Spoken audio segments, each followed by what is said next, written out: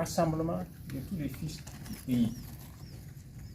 La preuve en est que, grâce à notre hymne national, cela a permis aux Samo que nous avions chassé de cette terre il y a quelques centaines d'années, de retrouver le sol de Ouagadougou.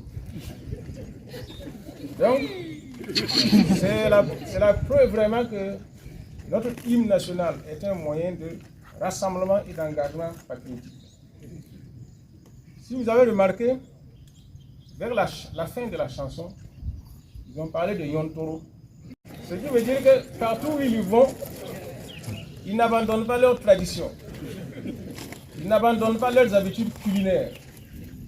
Donc, c'est un enseignement pour nous faire savoir aussi que nous ne devons pas oublier nos traditions, nos cultures, partout où nous allons. Donc, même les Samo que nous avons chassés d'ici ont pu conserver leurs habitudes culinaires.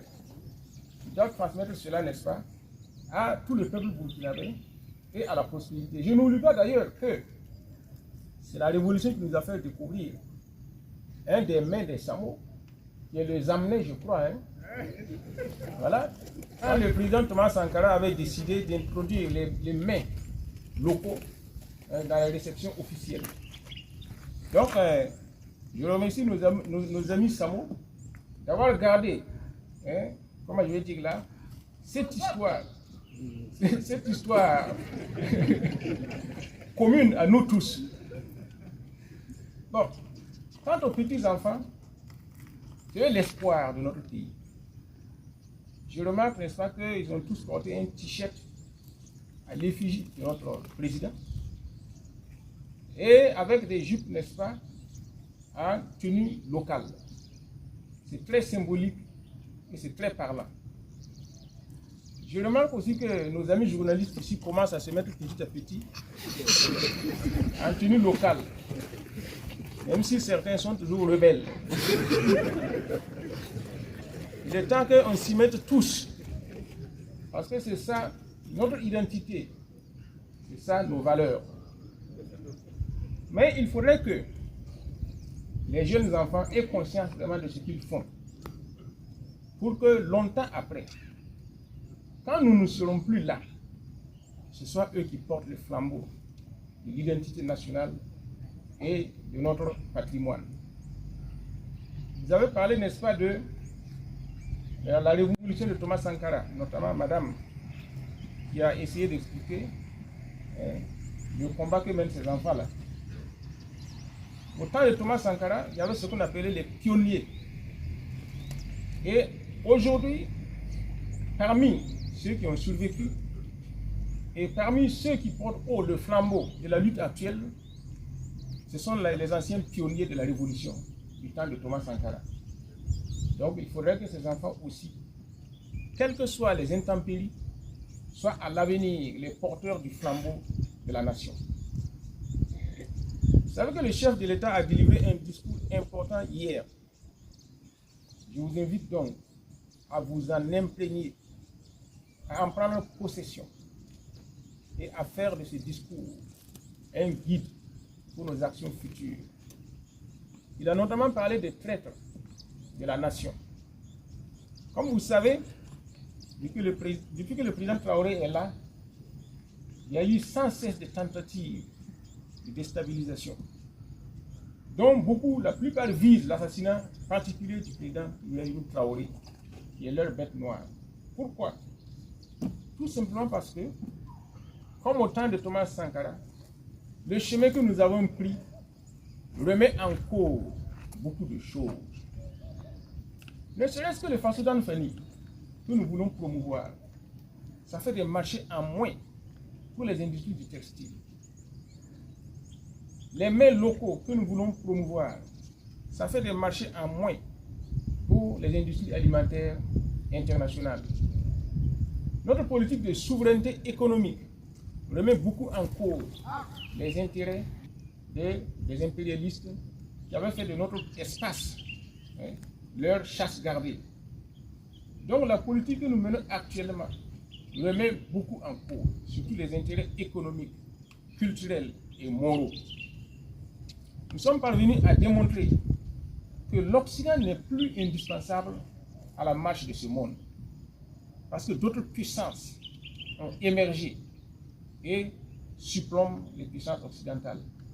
C'est ce que nous avons démontré avec notre politique diplomatique actuelle, qui réside dans la diversification des partenariats.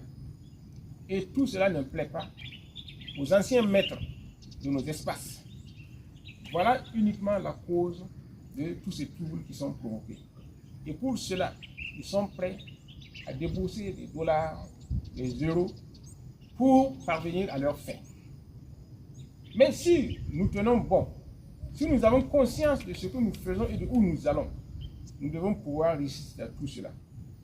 C'est pour ça que le président a invité dans son message à ne pas être des traîtres à notre pays.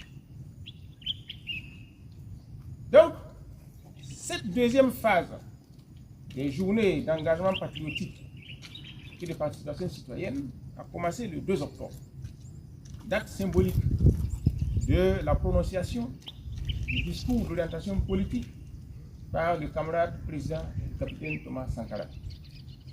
Je suis presque sûr que beaucoup d'entre vous ici ne l'ont jamais lu. Peut-être que certains n'ont jamais entendu parler de ça même. Alors, nous avons reproduit ce discours en plusieurs exemplaires et vous pouvez vous en procurer en vous adressant au service de la primature.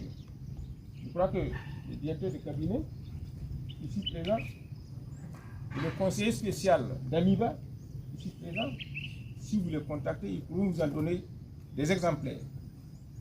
J'invite chaque chef de famille à avoir au moins un exemplaire de ce discours. Il ne suffit pas de l'avoir comme décoratif et faire valoir, mais de l'avoir, de s'en approprier. Sinon, vous ne pourrez pas comprendre non seulement la marche actuelle de notre peuple, mais la marche du peuple africain et du monde. Cela m'amène, n'est-ce pas, à un autre sujet, qui est la rentrée scolaire, qui a commencé le 1er octobre. Donc, je souhaite, n'est-ce pas, que vos enfants qui vont aller à l'école, aillent à l'école pour apprendre non seulement à lire, mais aussi la connaissance et l'éducation.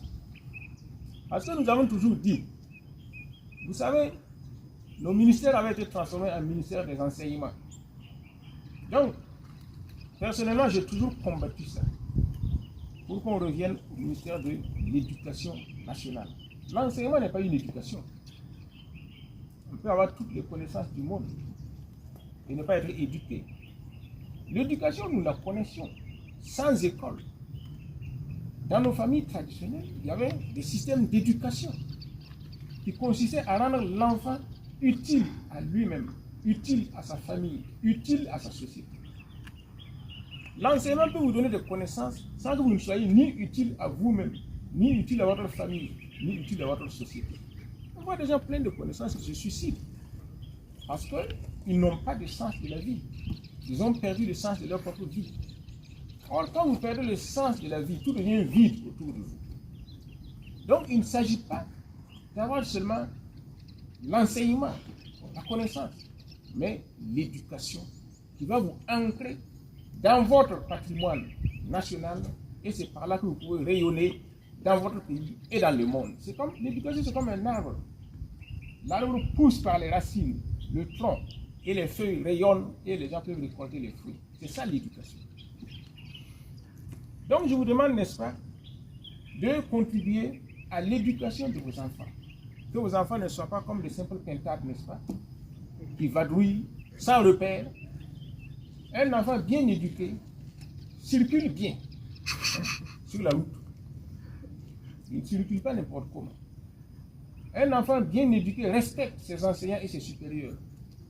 Un enfant bien éduqué respecte ses parents. Le président l'a dit. Le président a dit que lui-même, il avait les marmites de sa maman. Moi aussi, je l'ai fait. Parce que dans ma famille, les 3 premiers enfants étaient des garçons. C'est les filles qui sont venues par la suite. Mais il fallait aider ma mère dans ses travaux. Donc nous faisions des travaux féminins. C'est ça l'éducation. Dans l'éducation, il n'y a pas de honte.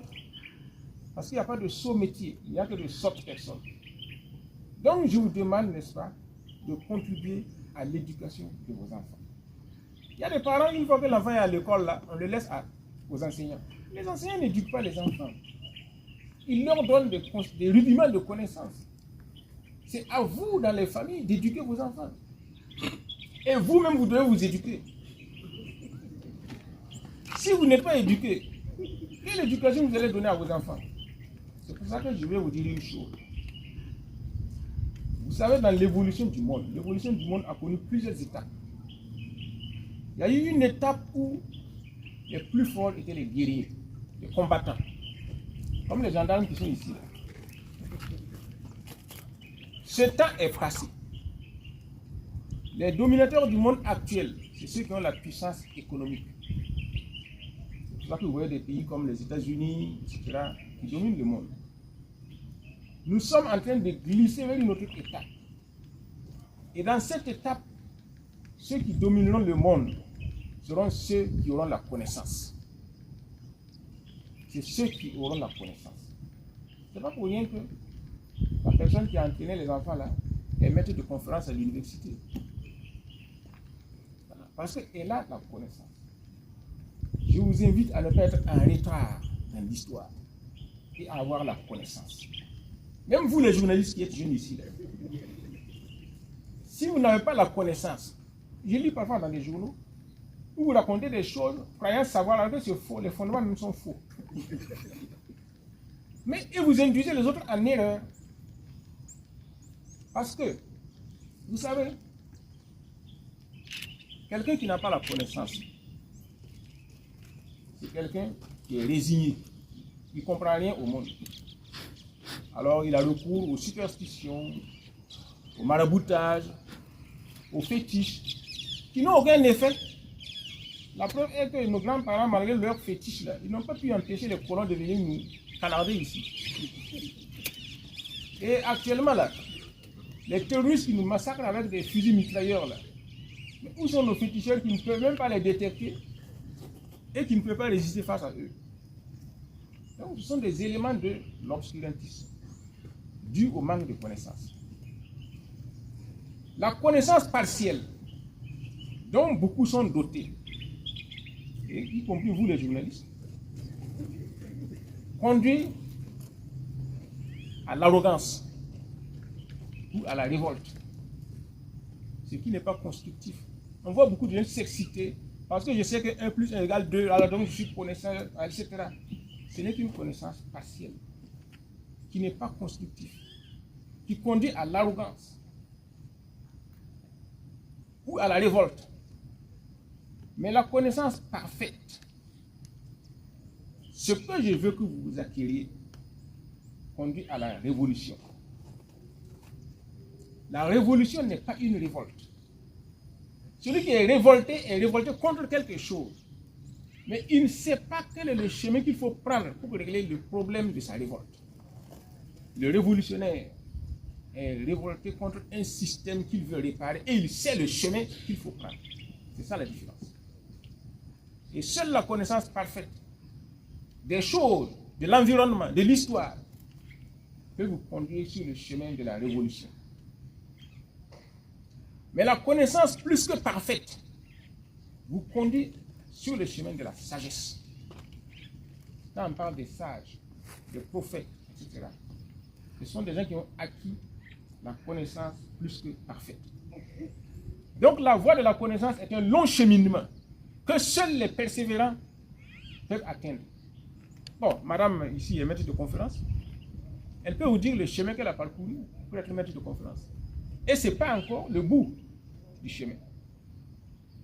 Donc c'est pour vous dire que s'engager sur la voie de la connaissance n'est pas chose aisée. Mais c'est la voie dans laquelle vous devez vous mettre si vous voulez être utile à vous-même, à votre famille, à votre société et à l'histoire. Donc à l'occasion de cette rentrée et à l'occasion de l'anniversaire du discours d'orientation politique, je vous engage à cela. Il y a beaucoup de gens qui ne comprennent pas ce que nous faisons parce qu'ils n'ont aucune connaissance. Ils n'ont pas la connaissance de l'histoire, des faits sociaux, etc.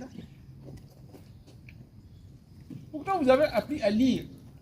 À partir du moment où on a appris à lire, le reste du travail, c'est soi-même qui le fait. C'est soi-même.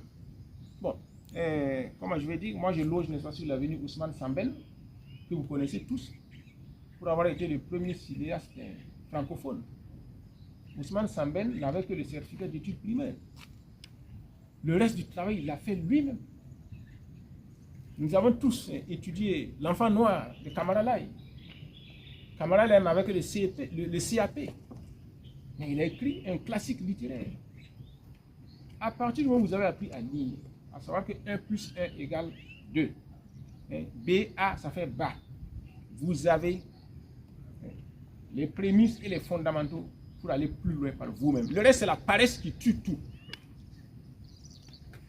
Donc, je vous invite, n'est-ce pas, à vous engager sur la voie de la connaissance et de la révolution, afin qu'ensemble, nous puissions construire notre pays.